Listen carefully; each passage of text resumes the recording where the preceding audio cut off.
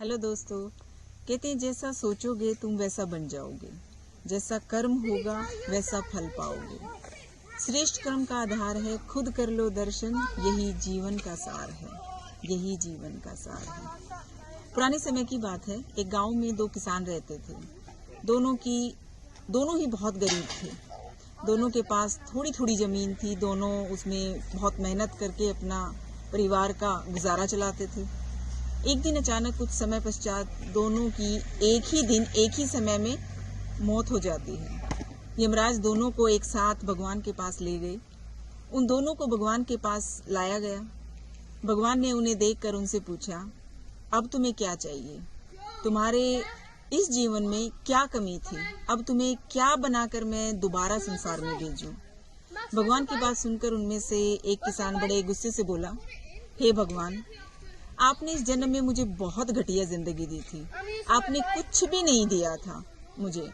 पूरी जिंदगी मैंने बैलों की तरह खेतों में काम किया है और जो भी कुछ कमाया वो बस पेट भरने में ही लगा दिया।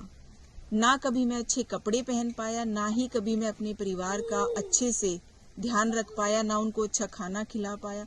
जो भी पैसा कमाता था कोई आकर वो मुझसे ले जाता था और मेरे हाथ में कुछ भी नहीं आया।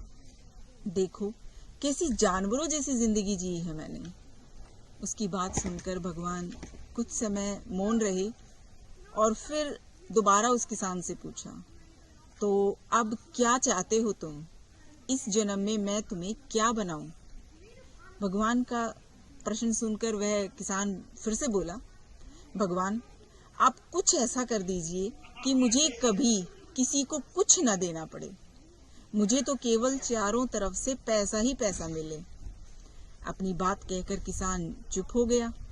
भगवान ने उसकी बात सुनी और कहा, तथास्तु, तुम अब जा सकते हो।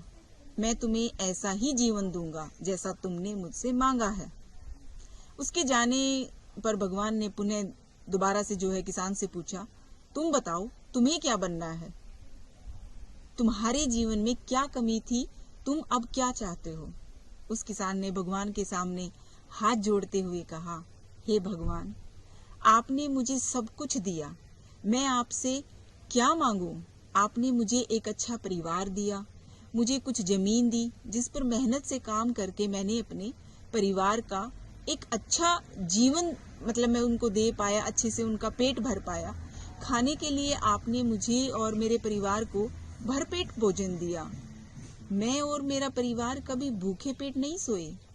बस एक ही कमी थी मेरे जीवन में जिसका मुझे अपनी पूरी जिंदगी अफसोस रहा और आज भी है।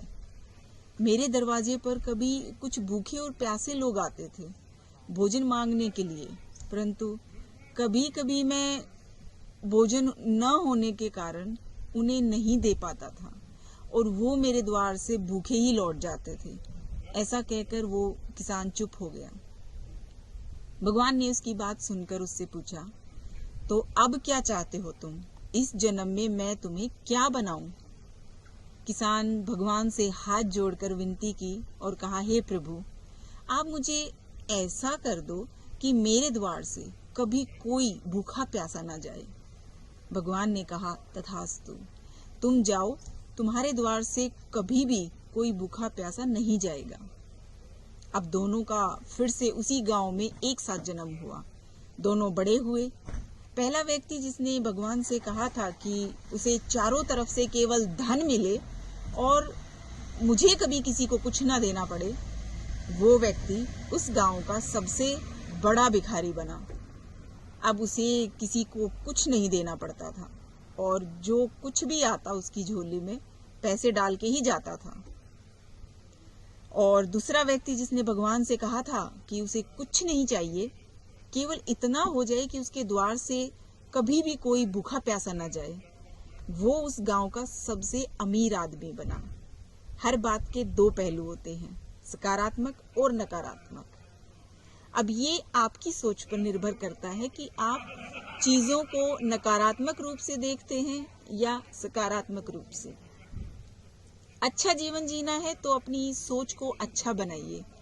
चीजों में कमियां मत निकालिए, बल्कि जो भगवान ने दिया है उसका आनंद लीजिए और हमेशा दूसरों के प्रति सदैव आभार प्रकट करें। इसलिए सदैव खुश रहिए और जो प्राप्त है पर्याप्त है। तो दोस्तों, मुस्कुराना, शुक्राना और किसी का दिल न दुखाना।